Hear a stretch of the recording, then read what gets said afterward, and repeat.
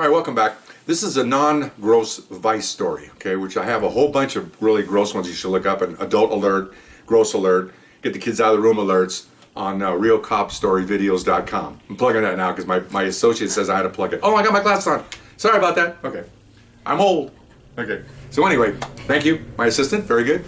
Not assistant, she's part of the group. Not assistant. Nobody's an assistant here. We're all three of us are a team. Anyway. So, Working Vice, and part of our job, Working Vice, and you may or may not know, I told other stories, is selling booze in bars, liquor stores to drunks, underage people, and all that. It seems like not a big deal, but it is, kind of. Because again, like I said before, honest bars and liquor stores call us about corrupt bars and liquor stores because they're losing money being straightforward and doing the job under the law, and these guys are getting away selling to everybody. That's what the call we get from other people. We don't just walk around. Sometimes we drive around looking for just opportunity type arrests. Most of the time we get directed by people that have complained. So we're working on a large university. And of course around a large university you're going to have bars that cater to younger crowd. So we're in a place that's a bar combo pizza place, okay? You got a pizza restaurant right next to, inside of it, and you have a huge table, a bunch of tables, maybe 20 tables for patrons and a big bar, okay? So we're just in there having pizza, okay?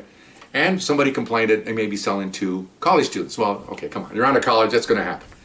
So we're sitting in the bar, kind of around the corner of the bar, my partner and I, and we're having our pizza, and we're just, we're looking around, and we see young kids. We thought, well, maybe another time we just finished a big arrest the night before. We're going to take a little break tonight. We might just try to do a little low-key stuff, because these bars need large raids. They need a lot of personnel because you want to write tickets to all the kids buying booze, and all the waitresses. It's a major operation, which we had another one that we did also.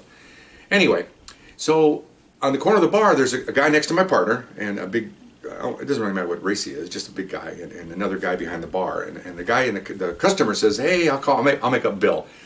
Hey, Bill, your place looks really good. He goes, yeah, working on this. These kids come in here, and we're making a lot of money. It's really cool. And then the customer says, well, Bill, aren't you worried about selling all these underage kids? I mean, what about Vice? Are they going to come in here and we're sitting there, we're going to smile on our faces. We are Vice. Stand right next to the guy. He's like 3 feet from us. And both my partner and I look at I almost said my partner's name. We both look at each other, and now our ears are getting bigger, And what did the owner say? Oh, yeah? He says, I own this town. I own Vice. They're not coming in here, okay? And we looked at each other, and my partner was black, I'm Latino, and our faces were red. Okay, we were hot, okay? We were hot. And we looked at each other, and now instead of eating like this, we're eating like this, just want to get out of there. And then the guy goes, oh, that's pretty good. Oh, yeah, well, no wonder you never get raided. Oh, that's great. He goes, yeah, they have the balls to raid us. I got it. And I'm thinking, okay, we'll see about that. Okay, so we finished our dinner.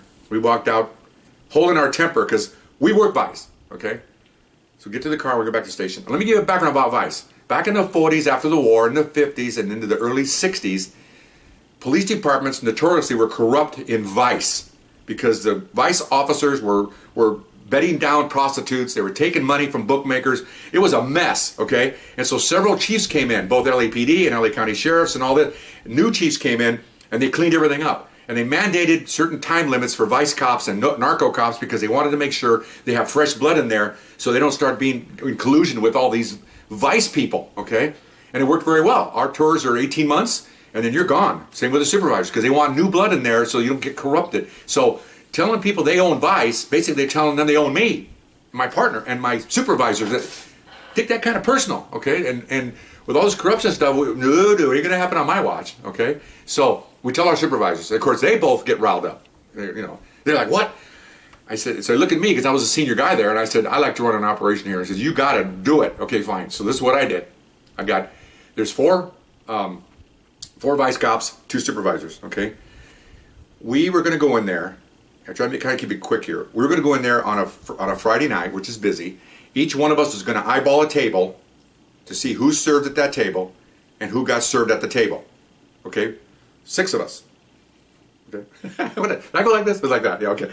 So anyway, and then once it's ready to go, then I'm going to go outside, give a signal, and uniforms are going to come in, and they're going to freeze every single table, and we're going to freeze the people behind the bar, and we're going to write tickets to everybody. Okay. And these are all college kids, so it's only buying booze without being of age. They're not going to go to jail unless they have no ID. They start fighting. Other than that, just going to get a ticket. I think it's like at that time it was like a $150 ticket. The bartender will get a ticket for $500. The waitresses will get tickets for who knows how much. Alcohol beverage control licensing will come in here and slap a fine on the location. I mean, it's a lot of moving parts here administratively, not necessarily criminally. So I planned all this whole thing. Kind of fun to do it. And I planned operations in Vietnam, and this is not as dangerous, but it was fun, okay? So we got motor officers. Okay, now I'm 6'4", and I was told when I went to the academy that I was going to be a motor cop because all motor cops in those days were over 6 foot tall.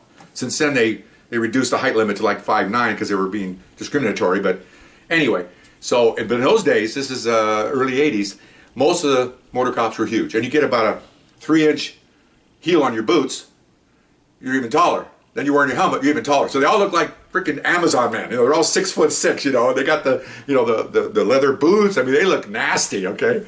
So we got a whole bunch of motor cops. We got like 20 of them, okay? So short story long, we go in there, we watch all the violations. I go to the door, I give the signal. Their sergeants give everybody the signal. Oh, here come the motor cops. Boom. They come in as they're coming in. I'm standing at the door as they're coming in. I'm getting 2x2s. You two over there. You two over there. And of course, everybody's drinking. Nobody doesn't really realize that the cops are there until there's a whole bunch of cops, okay? You don't recognize 2 or 4. When you see 20, there's something wrong here, okay? And as soon as I'm doing that, my other partner who sat at the bar grabs the owner and another barmaid and says, "You're not moving." You know, "What? You're not moving. Stay right there." So I'm directing traffic. You over there, you over there. I got 2x2s, and they were already briefed what to do, the motor officers, and what was allowed. Nobody allowed to get up, okay? So they're all, kids starting to get, 19, 20, starting to get up. Motor cops, they're looking up at the motor, they're sitting there looking at the motor cop's belly button. "Sit down, punk." And sitting back down. Oh my God, okay. Some football players are in there from the team. Okay, they start to get up. Motor cops kind of figured out they were bigger than most. He said, "You want to play again? Sit down." And they sit back down again because these guys have their sticks out. I mean, this is nasty. So we froze everybody. Then, of course, we all stood up, and each one of our guys, you know, my 2 supervisors, all of us got our tables, and we're getting ID, and we're writing. This takes a while, a couple hours to do this. So we're taking tables at a time. Once they get their ID, write them a ticket, they're out the door. Next, out the door, you know. And I go back to the owner, and I'm writing him a ticket, and he's starting to chip away. And I was gonna arrest him, but we decided not to. Just let him watch what's going on in front of him was probably a better thing for him. So about an hour and a half, 2 hours later, finally the last of the kids are out. The place is cleaned out because once we were in there, no one can come in, and so the place starts to deplete of people, and pretty soon all have left us, you know, a ton of motor cops, and we're letting them go too as they get done, and pretty soon there's only a few motor cops left. We're there, and I'm finishing up with the 2 waitresses and the owner, and so I'm standing there, and I say, "Okay, sign this," okay, sign that. You know, this is chicken shatter one. I said, "Oh, by the way, remember last week?" He didn't remember. Remember last week when you told your guy over here that you own Vice? You don't own Vice. I'm Vice. He's Vice. They're Vice. You don't own us. You don't own Jack S. Okay? You got that? I said, our department's not bought by anyone. And by the way, we're going to come back undercover with new guys, off and on, and we'll take you down again. "Oh yeah, I can see you do that." No problem. No problem. See how arrogant he was? That's fine. So we had we had like 60 tickets, 4 or 5 barmaids. He got one. They got slammed hard. In fact, they got slammed so hard they had to close down for 2 weeks because they got ripped.